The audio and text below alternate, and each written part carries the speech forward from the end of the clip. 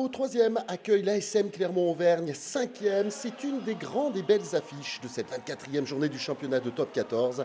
Un sprint final qui doit emmener ces deux équipes vers les phases finales. La section paloise qui peut quasiment assurer sa qualification en cas de victoire. Et pourtant, c'est l'ASM en blanc pour l'occasion qui démarre le plus fort et ouvre le score avec une première pénalité d'Harry Plumeur. Mais à la 5e minute, la section paloise se met en route avec un Jack Maddox absolument inarrêtable. Il parvient à résister au plaquage d'Harry Plumeur et franchit la ligne pour le premier essai du match. Pau frappe en premier et mène 5-3.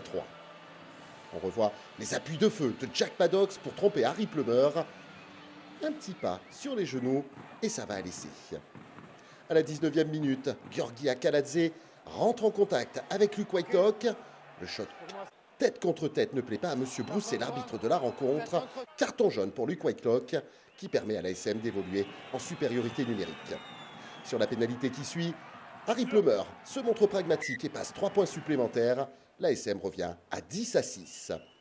Mais à la demi-heure de jeu, c'est une pénalité qui permet à Joe Simmons de redonner un essai transformé d'avance à la section paloise, 13-6. Juste avant la pause, les Clermontois se montrent toujours justes dans leur réalisation et provoquent des fautes paloises. Facundo Issa est sanctionné. Harry Plumeur, désormais bandé, passe cette nouvelle pénalité. L'ASM revient à 4 points. 13-9, c'est le score à la pause. À la 56e minute de jeu, Pau a ajouté une pénalité, mais Clermont sonne la révolte. Les 22 mètres sont grands ouverts et c'est Bautista Delgui qui n'a plus qu'à plonger dans l'embut pour ramener son équipe à 2 petits points, 16-14. On revoit cette action et cette pénalité rapidement jouée à la main par Pythagoras Sowakula. La défense paloise n'a pas coulissé. Bautista Delgui a tout vu et compris et lève le bras avant même d'aplatir. Avec la transformation, ça fait 16 partout. Il reste alors 13 minutes à jouer. Cette fois-ci, c'est l'ASM qui se met à la faute et qui permet à Joe Simmons de redonner l'avantage aux siens. 19-16 à la 68e minute. Les Clermont croient en ses chances et veut faire tomber la section paloise pour la première fois de saison à domicile. Sur ce jeu au pied de pression, les Palois récupèrent le ballon mais se mettent à la faute ensuite avec ce coffrage de la part de Antti Memri. Pénalité à nouveau en faveur de l'ASM.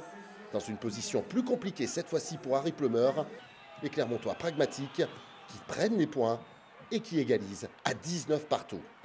Le momentum semble alors clermontois sur cette fin de rencontre. Et pourtant, sur cette ultime action, la défense clermontoise ne parvient pas à coulisser assez vite. Et Théo Atisobé franchit la ligne 24-19 en faveur de la section paloise qui semble avoir fait le break définitif. On revoit la très bonne utilisation de la largeur. La défense est concentrée sur un côté, l'autre est grand ouvert pour Théo Atisobé. Aliveri Tiraka ne peut rien faire. 5 points d'avance pour la section paloise. On en restera là. L'ASM devra se contenter d'un bonus défensif qui sera sans doute extrêmement précieux pour la fin de cette saison. Quant à la section paloise, c'est un immense pas vers les barrages de fin de saison et encore une possibilité d'aller chercher les demi-finales directes.